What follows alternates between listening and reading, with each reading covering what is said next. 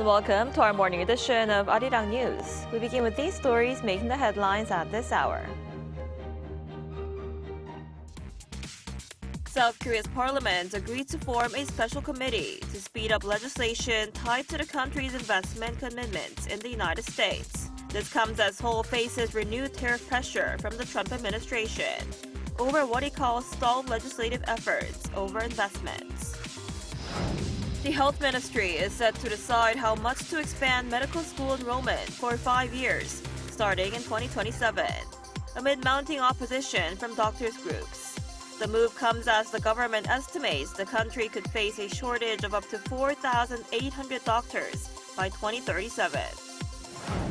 South Korean snowboarder Yoo Seung-eun won the bronze medal in the women's big air final on her Olympic debut. The 18-year-old is the first South Korean athlete to win a medal in snowboard big air, since it was first adopted as an official Olympic event in 2018. We begin this morning at the National Assembly, where lawmakers are holding 3 days of sessions for questioning government officials, set to run through Wednesday. The parliament has agreed to form a special committee to speed up legislation tied to Seoul's $350 billion investment commitments in the United States, amid renewed tariff pressure from the Trump administration. Our An Sung-jin starts us off. The National Assembly this week kicked off 3 days of questioning government officials. The first day on Monday focused on politics, diplomacy, unification, and national security, with ministers from relevant government departments appearing before the National Assembly to answer questions about policy. Monday's session was particularly centered on questions regarding measures on U.S. tariffs. The ruling Democratic Party highlighted its credentials as a competent governing party, emphasizing progress on diplomacy, including the APEC Economic Leaders meeting. Meanwhile, the main opposition People Power Party challenged the administration over high inflation and exchange rates, questioning the effectiveness of the government's so-called pragmatic diplomacy. On the same day during the plenary session, by bipartisan agreement, lawmakers passed a motion that approves the formation of a special committee to discuss measures on the proposed Special Act on Strategic Investment with the U.S., which drafts Korean investment in the United States under a Korea-U.S. Tariff Agreement MOU. Both negotiating parties made a decision to unite around national interests. I would like to notify the U.S. government that the South Korean National Assembly is discussing the legislation with a strong commitment to swift action while fully adhering to domestic laws. The committee will consist of 16 members, 8 from the ruling DP, 7 from the main opposition PPP, and 1 from a non-negotiating parliamentary bloc. Lawmakers look to pass the bill by consensus within a month before the committee mandate expires on March 9th. This move comes as South Korea faces continued tariff pressure from the Trump administration over what he calls stalled legislative efforts related to investment in the U.S. With the tightly scheduled questioning, the National Assembly is bracing for an intense round of partisan confrontations. With the June 3rd local elections approaching, the sessions will likely serve as a preview for an intensifying political showdown. An Sung-jin, Arirang News. The Health Ministry is set to decide this afternoon how many additional medical school seats to add, a move that faces strong backlash from doctors. The government has been pushing to increase quotas outside the capital region, as it estimates the country could face a major shortage of doctors over the next decade. Our Park Gun-woo explains more. Additional admissions for 32 regional medical schools outside Seoul for 5 years from 2027 are set to be decided by the Health Ministry on Tuesday. The decision will be made at a meeting of the Health and Medical Policy Committee, which will be followed by a briefing where officials are expected to announce their conclusion. The Health Ministry said last week that South Korea could face a shortage of around 4,800 doctors by 2037. Because of that, officials say around 4,200 additional doctors are needed through expanded medical school admissions. The figure excludes about 600 doctors expected to be supplied each year by a future public medical school and newly established regional medical schools by 2030. The increase is expected to be implemented under the regional doctor system, which selects students from non-metropolitan areas and requires them to work in public and essential medical sectors in regions with limited access to health care for at least a decade. During the meeting, officials are expected to decide the annual scale of the increase and the exact number of additional seats. However, the Korean Medical Association is expected to hold an emergency press conference after the health ministry's briefing on Tuesday in opposition to the plan. The group has urged the government to halt the expansion, arguing that the calculations lack sufficient scientific evidence and that the decision is being rushed. The government aims to finalize the plan by the end of this week, so universities can announce their early admissions guidelines by May. Park Go-nu, Arirang News. Meanwhile, South Korea's defense ministry is pushing to enact a special law to support the development of nuclear-powered submarines, saying current related laws are limited to civilian use. The ministry said this morning that it commissioned a study on drafting a dedicated law for the program. It says existing defense and nuclear safety laws lack provisions for nuclear submarines, making a tailored special law necessary. Officials say a separate legal framework is needed to manage military nuclear propulsion, including safety rules, security, and radioactive material control. The project gained momentum after last year's South Korea-U.S. summit, where Washington expressed support and pledged close cooperation, including on fuel supply. So South Korea is pursuing plans to build a nuclear-powered submarine by partnering with the United States. For more on this, we're joined today by Dr. Yu Ji-hoon, Research Fellow at Korea Institute for Defense Analysis and former ROK Navy Commander. Dr. Yu, thanks for joining us this morning. Thank you for having me here. So South Korea is pursuing plans to build a nuclear-powered submarine. So as a former South Korean Navy commander yourself, what would acquiring such a capability mean for South Korea's naval defense?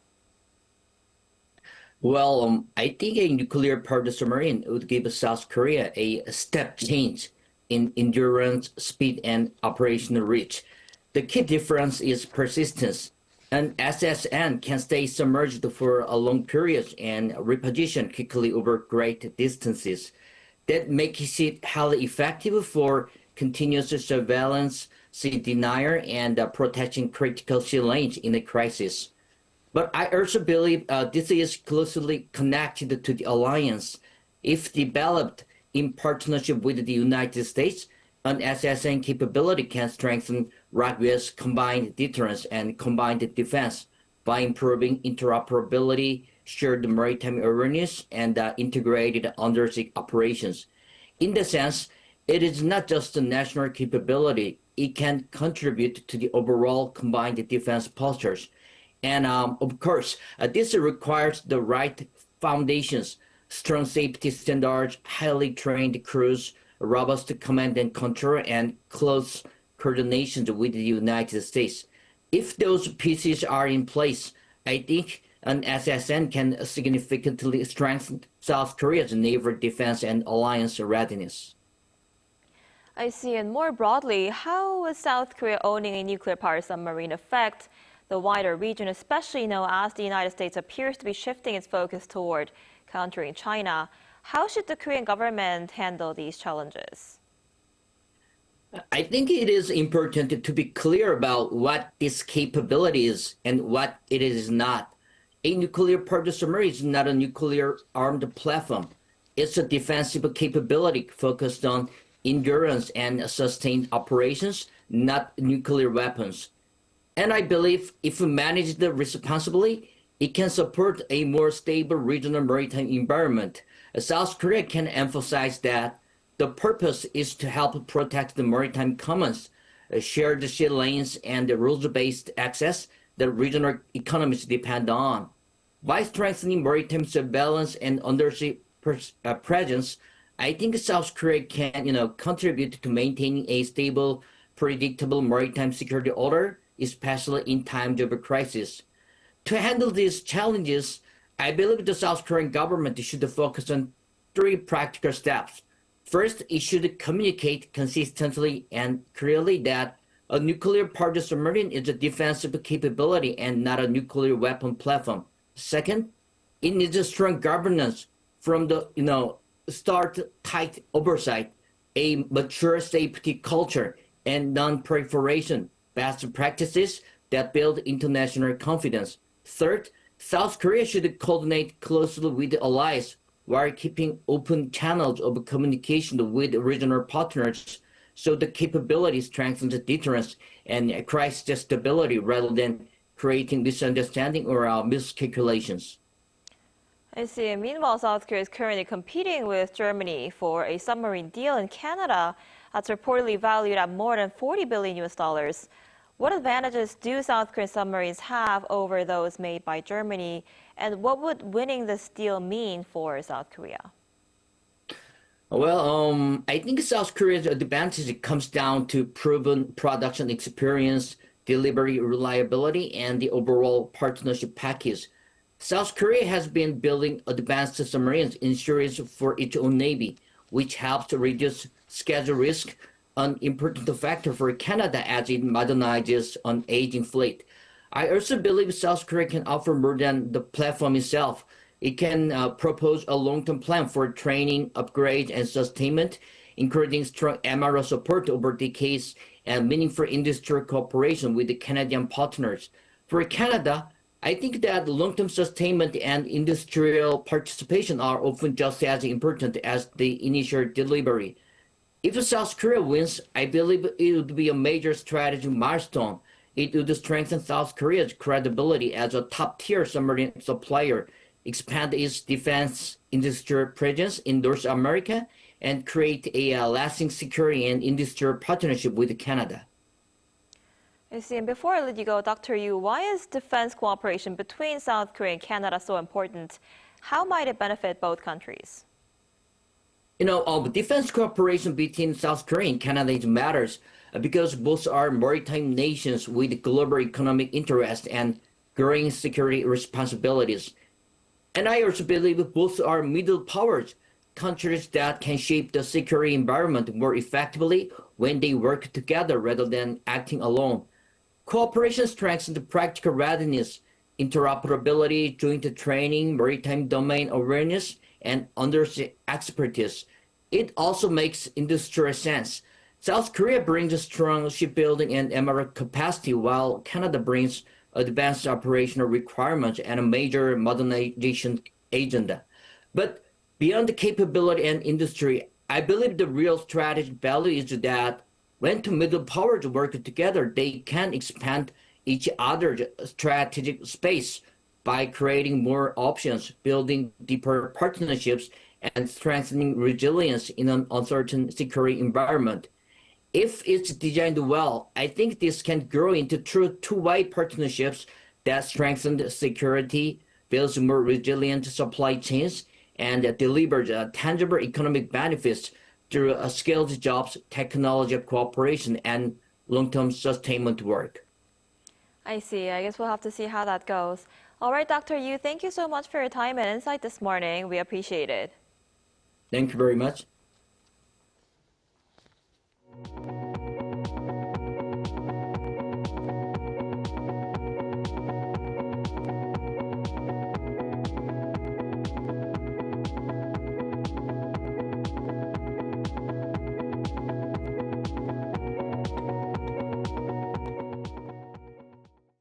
Iran says it could consider diluting its stockpile of uranium enriched if all international sanctions are fully lifted. The statement comes as Iran and the United States resume nuclear negotiations, with Oman serving as mediator. Our Lee Seung-jae has the details. Iran says any decision to dilute its 60% enriched uranium will depend entirely on the lifting of all sanctions as nuclear diplomacy with the United States resumes after months of pause. Speaking in Tehran on Monday, the head of the Atomic Energy Organization of Iran, Mohammad Eslami, said dilution of highly enriched uranium is not currently on the agenda. He stressed that such a step would only be considered if sanctions on Iran are fully removed. He also rejected recent speculation about transferring enriched uranium out of Iran, calling those reports pressure-driven narratives. He said the idea was not part of Iran's plans and may have been suggested by outside parties who believed it could help. Officials from the two sides met for a new round of negotiations on Friday and signaled that more discussions are likely in the near future. Iranian President Masoud Pezeshkian said the renewed talks present a chance for a fair and balanced resolution to the nuclear issue. He urged Washington to avoid what he called excessive demands, indicating Tehran wants a more equal framework in negotiations. The new round of nuclear negotiations, which have begun in Oman with the assistance and support of our friends, presents a very good opportunity to resolve this issue in a fair, logical, equitable and mutually acceptable manner. Tehran's top security official Ali Larijani is scheduled to visit Muscat on Tuesday. Oman has been mediating between Tehran and Washington, with Friday's talks in Muscat marking the first formal engagement between the two sides in nearly 8 months. According to Iran's state news agency, he will meet senior Omani officials to discuss regional and international developments. The specifics of the meeting have not been revealed, but details about future talks with Omani mediators will likely be on the agenda. Lee Seung-jae, Arirang News. On the cultural front, ticketing details for BTS comeback live show Arirang next month were announced on Monday through the global fan communication platform Weverse. The group's agency said free tickets for the general public will be available for reservation on February 23rd at 8 p.m. via No Ticket. A global lucky draw will also be held for those who purchase the group's new album, titled Arirang, which will be released on March 20th. Earlier, producer DJ Diplo revealed that he had also taken part in this album. Moving forward, on March 21st, BTS will put on stage a comeback concert at Gwanghwamun Square, where some 260,000 people are expected to gather.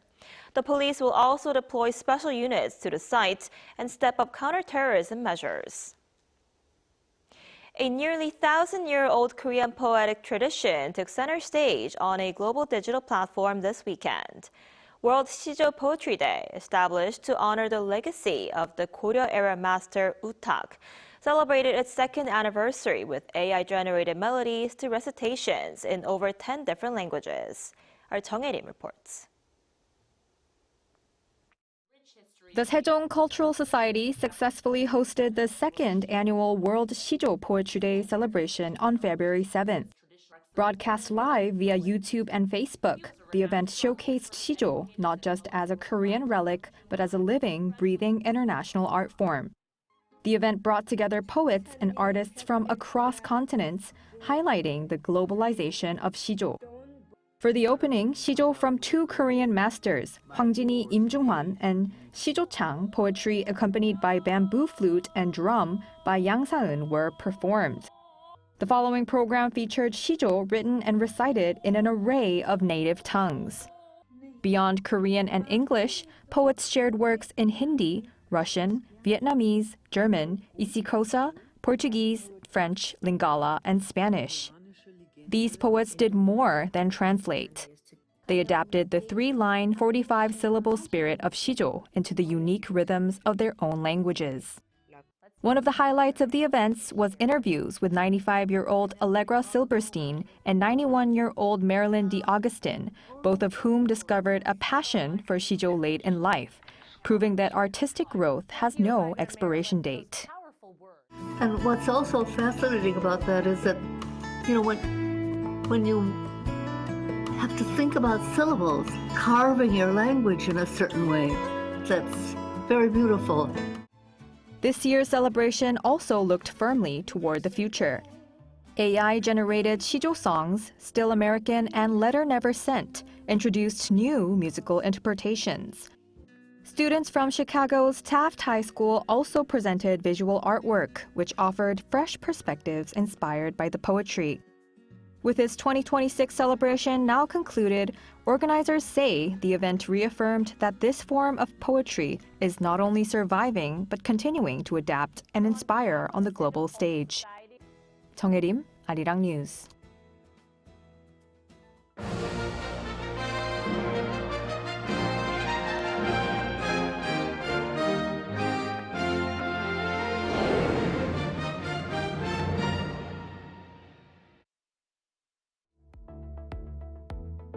Hello and welcome. I am your AI sports correspondent, Arirang.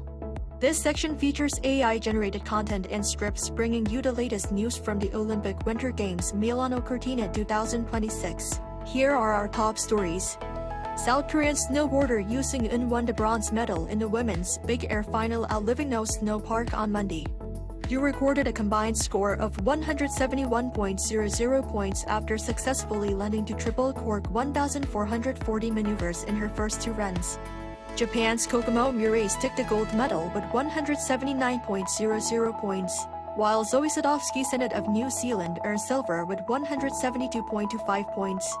Yoo is the first South Korean athlete to win a medal in the big air event, which became an official Olympic sport at the 2018 Pyeongchang Games. This result marks the second medal for South Korea at these games, following a silver in the men's snowboard parallel giant slalom on Sunday. South Korean speed skater Lee Na-hyun placed 9th in the women's 1,000-meter race on Monday at the Milano Speed Skating Stadium. Lee completed the event in 1 minute, 15.76 seconds. Her 9th-place finish was the highest for a South Korean athlete in this distance.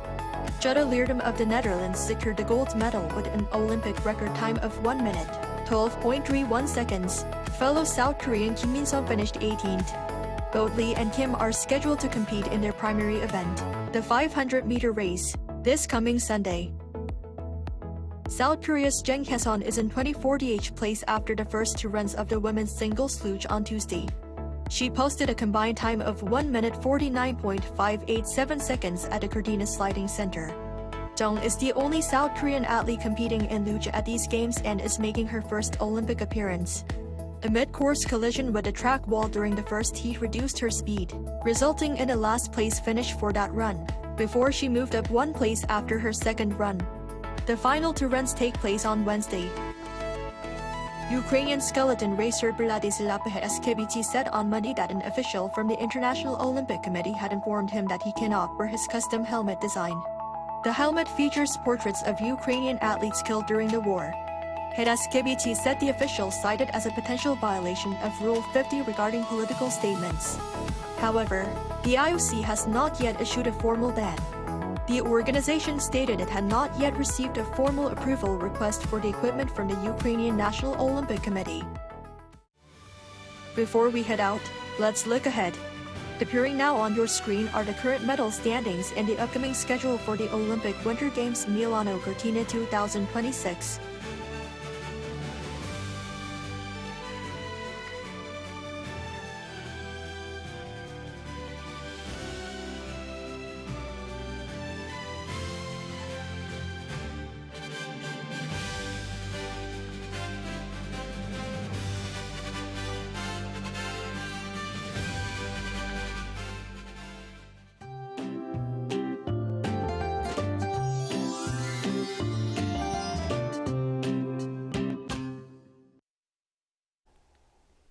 It was nice to walk around with much milder temperatures on Monday afternoon under bright skies, but now we need to brace for winter precipitation. Rain and snow are expected across much of Korea, with 5 to 15 millimeters of rainfall expected. But in colder inland regions and mountainous areas, it's going to snow instead. Mountainous regions of Jeju Island could see more than 10 centimeters of snowfall. Parts of Gangwon-do Province and Jeollabuk-do Province might get 1 to 5 centimeters of snowfall. However, along the East Coast, precipitation will be limited, making it difficult for dry weather alerts to be lifted. And this afternoon, Seoul will be getting up to 4 degrees Celsius. Daegu, Busan both topping out at 7 degrees Celsius with decent air quality nationwide.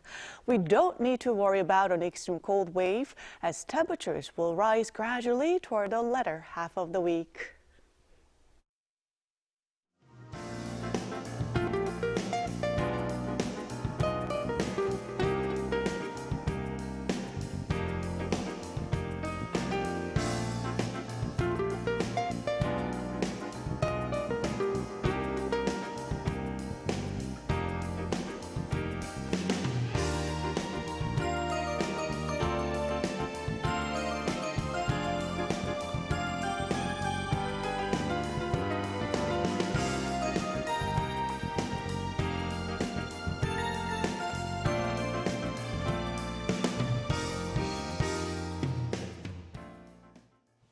That's all we have for this morning. Arirang News will be back at noon Korea time. Thanks for watching.